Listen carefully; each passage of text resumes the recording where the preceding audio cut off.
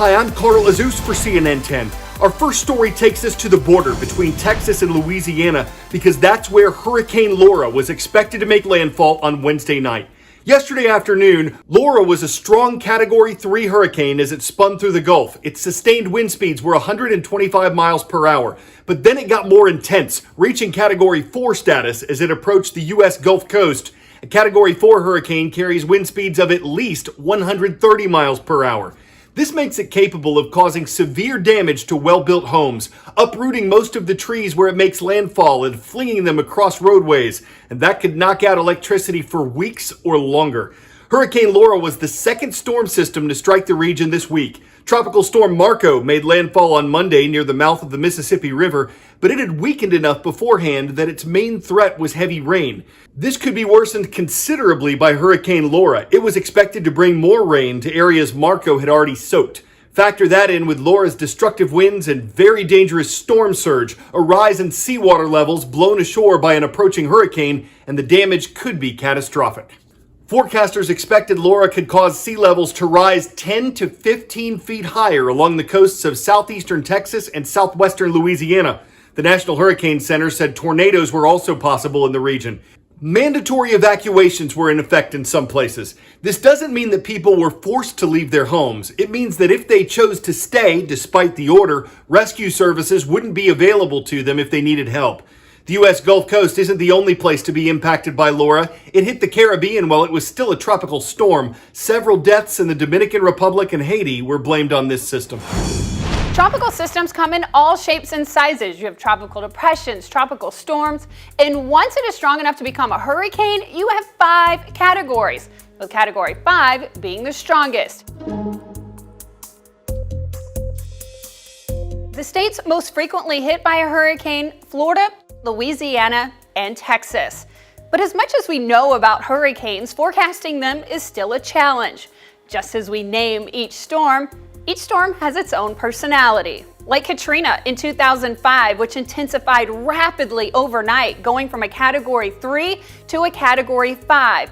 It became the 4th most intense hurricane on record as of that time. And the forecast track can change dramatically, like Erika in 2015. Or a system that can be viewed as relatively weak, like a tropical storm, could end up like Tropical Storm Allison in 2001. The remnants of the storm stalled over southeast Texas, dumping 35 inches of rain over Houston in just 5 days. The storm became the first non-hurricane to have its name retired. 10-second trivia.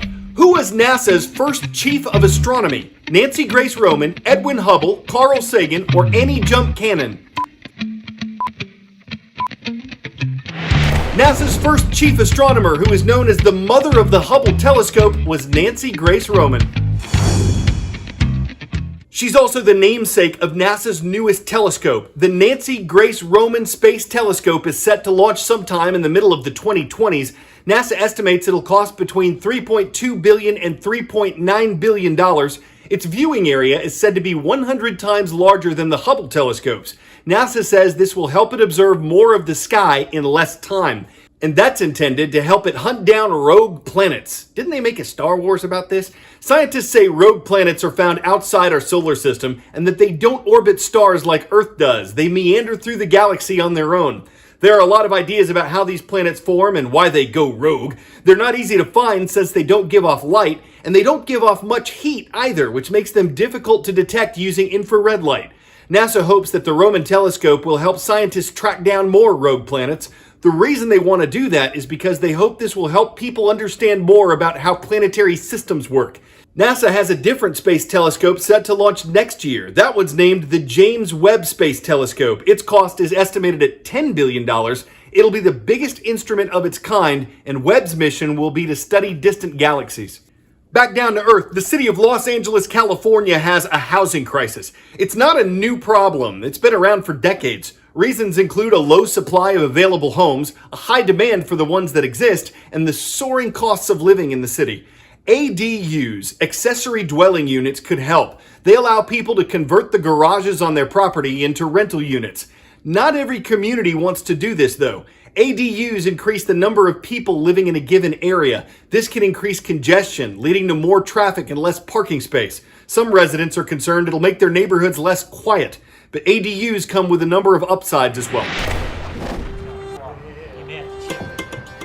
Prior to January of 2017, it would not have been possible to turn a detached garage into a home.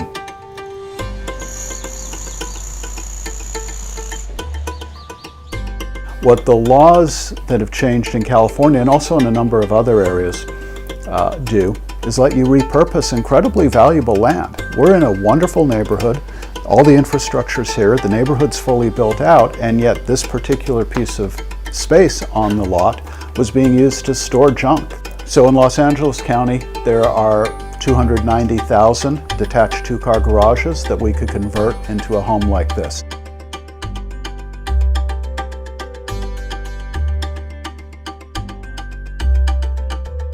We build this and we don't charge the homeowner for it. There's no lien placed on the property. We pay for it and we share the rental income with the homeowner, and that rental stream, depending on the neighborhood, is between $4,000 and $10,000 a year. And at the end of our lease, typically 15 years, we leave and all this still belongs to the homeowner without any cost.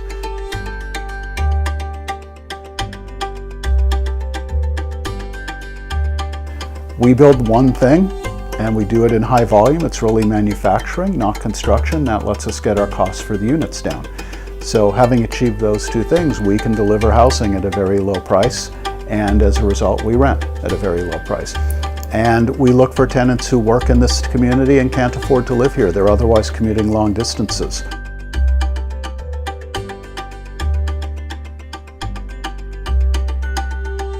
What I like about the program is the fact that I didn't have to do anything but sign on the dotted line in one respect, and they came out and did all the work, got all the permits. Everything was sort of a complete project.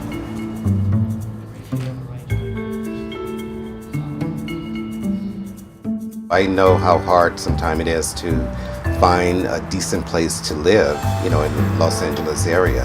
And I just felt, that I can do my part in helping with affordable housing by having them build the apartment in the back. That also, brings up my property value as well.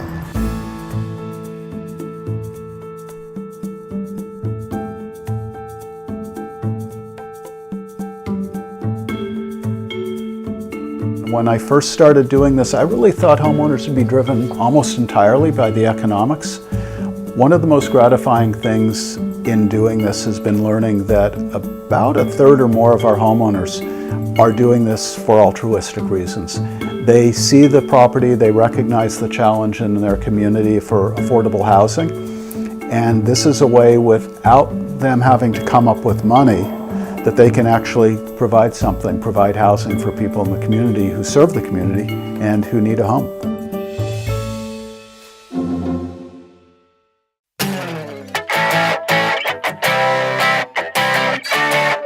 Today we leave you with waves of blue. Bioluminescence is the reason for this beautiful sight. It took place recently in Southern California. The blue hue is caused by chemical reactions in plankton, which produce the blue light.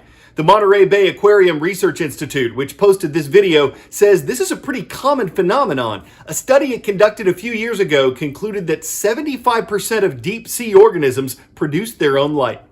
Does that make them ultramarine? They certainly seem to cerulean toward producing a Jorly Royal sight that makes the Pacific terrific beneath the peri-twinkling stars at midnight. I'm Carl Azus. Lima High School in Lima, Ohio knows how to get on CNN 10. Thank you for subscribing and leaving a comment at youtube.com/CNN.